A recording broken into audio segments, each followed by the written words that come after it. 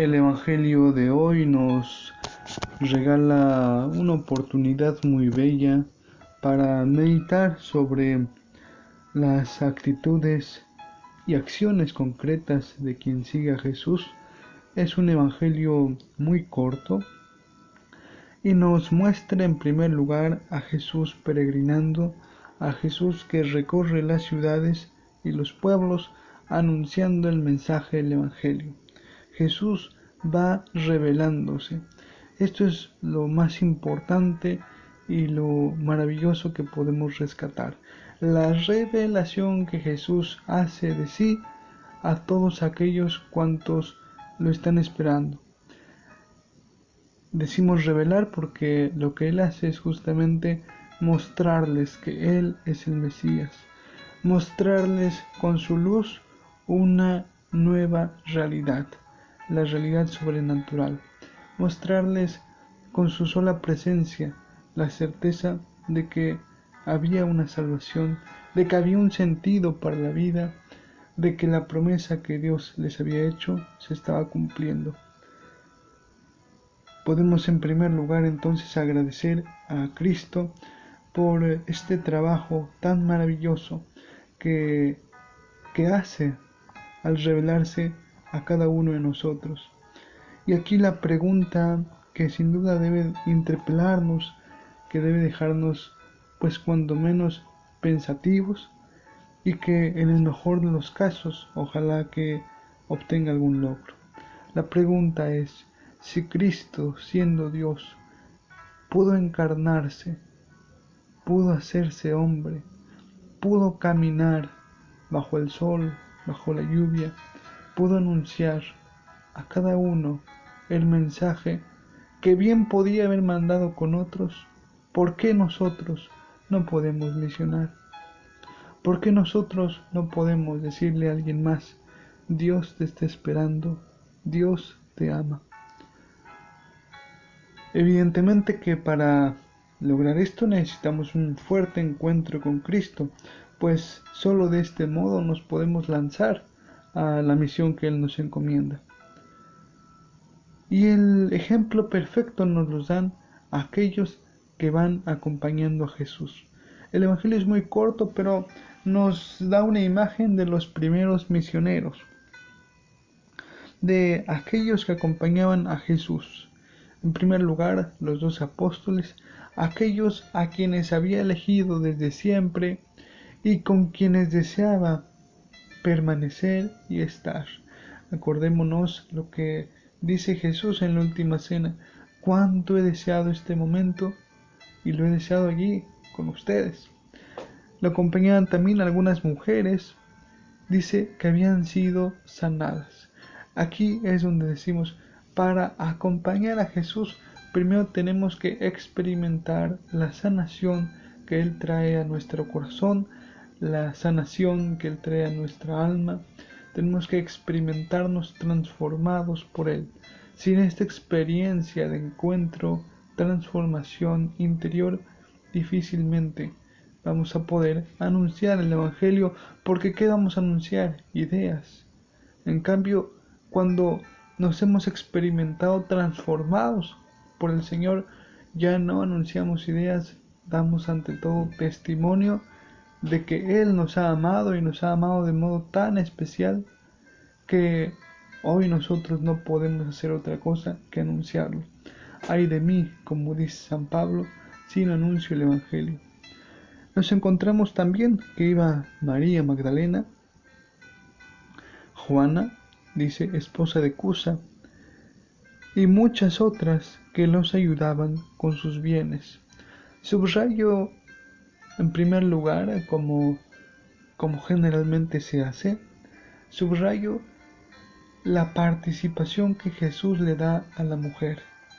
En efecto, las mujeres en el contexto cultural hebreo, en la cultura en la que Jesús desarrolló su ministerio, no eran precisamente, como quizás tampoco lo son ahora en muchos lugares, pues aceptadas a nivel social, y había algunas cosas que como tal ellas no realizaban y no podían realizar, era mal visto que los realizaran. Evidentemente que, como ocurre casi siempre cuando se tiene cierta posibilidad económica o se posee cierto prestigio social, se pueden como transgredir ciertas normas culturales, como es el caso, por ejemplo, de la esposa de Cusa, que siendo intendente de Herodes, pues tenía cierto prestigio. Menciona una tal Susana y nos da a entender que tenían cierta posibilidad económica porque dicen los ayudaban con sus bienes. Entonces uno puede pensar que quizás estas mujeres podían como transgredir esa norma y andar con Jesús y los apóstoles. Pero ¿y María Magdalena? María Magdalena es el signo de la misericordia de Cristo, al mismo tiempo de ser el signo de la auténtica libertad de los hijos del reino. Y digo auténtica libertad porque por un lado le dio la libertad espiritual al liberarla de los demonios, pero también mostró una libertad frente a la ley humana, frente a preceptos quizás arcaicos. En este sentido podemos comprender la libertad que trae Cristo.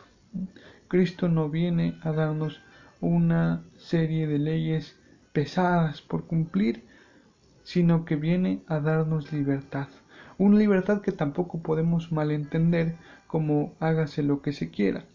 La libertad que nos trae Cristo es la libertad del amor. Un amor que fue tan bien correspondido entre ambos, de Jesús hacia María Magdalena y de María Magdalena hacia Jesús. Y en esto conviene bien hacer un paréntesis para explicar una cosa que muchos quizás no llegan a comprender, malinterpretan o peor aún son mal informados. Hace poco y generalmente casi siempre se menciona un cierto romance entre María Magdalena y Jesús, como quitándole, como si esto le quitara más bien la pureza a Jesús o como si esto corrompiera a María Magdalena, como que había una lucha entre el Jesús hombre con esta misión divina que tenía que realizar. Nada más absurdo que esto, nada más tonto. ¿Por qué? Porque evidentemente sí hubo una relación amistosa, de afecto, podemos decir, entre Jesús y María Magdalena.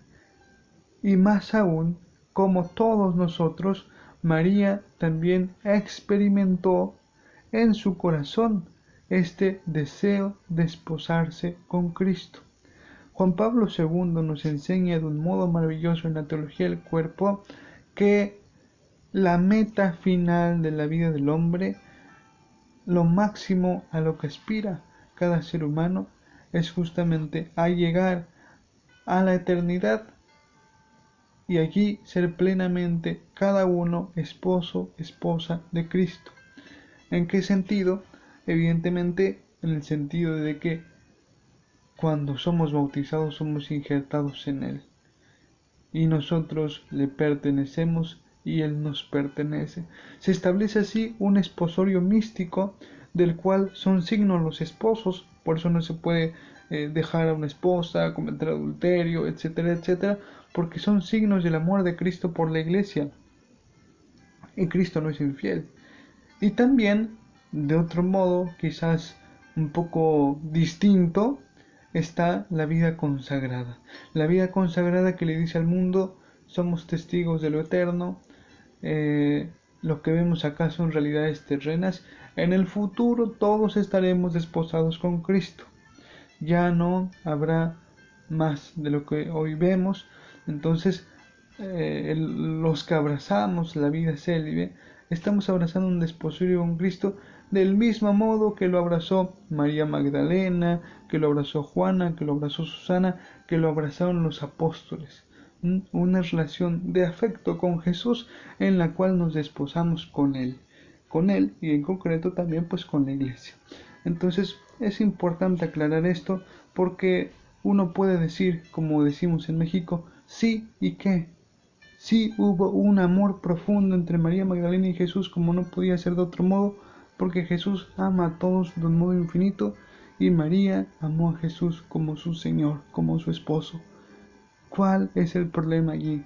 ¿Cuál es el tabú? Sí hubo un amor y qué, ¿no? Em, Continuando, podemos meditar la actitud de estas mujeres que, teniéndolo todo, deciden seguirlo. Como dijimos al principio, no basta con decir yo creo. Si yo creo, entonces debo anunciar. Es lo que nos recuerda tantas veces el Papa Francisco, la iglesia en salida. Salgamos, anunciemos tartamudeando, tropezando, cayendo, pero anunciemos que hay un Dios que nos ama y que ama a tantos. Y por el otro lado, es esto, no solamente decir el yo creo, el yo voy a anunciar, sino que lo voy a seguir, voy a andar con él. El aventurarnos en la misión no significa, bueno, tengo que hablar. No, no, no. El aventurarse, quien se atreve a participar en una misión, a anunciar la palabra de Dios, es atreverse a caminar con Jesús en la hermosa aventura de la salvación de los hombres. Y en esto no hay mejor paga que la experiencia de sentirnos instrumentos de Dios, vasijas, canales, por los cuales pasa la gracia de Dios, desde lo que uno es para llegar a otro. Que el Señor nos conceda la gracia, entonces, de ser como Jesús, de animarnos también a caminar por los pueblos y las ciudades. Si al final somos humanos y Dios lo hizo, nosotros, ¿por qué no? Que tengamos también esta capacidad de amar a Jesús como lo amó María Magdalena, como lo amaron los apóstoles, y que también demos de nuestros bienes y sobre todo nuestra vida, como lo hizo Susana, como lo hizo Juana, como lo hicieron tantos a lo largo de la historia. Pidámosle al Señor esa gracia.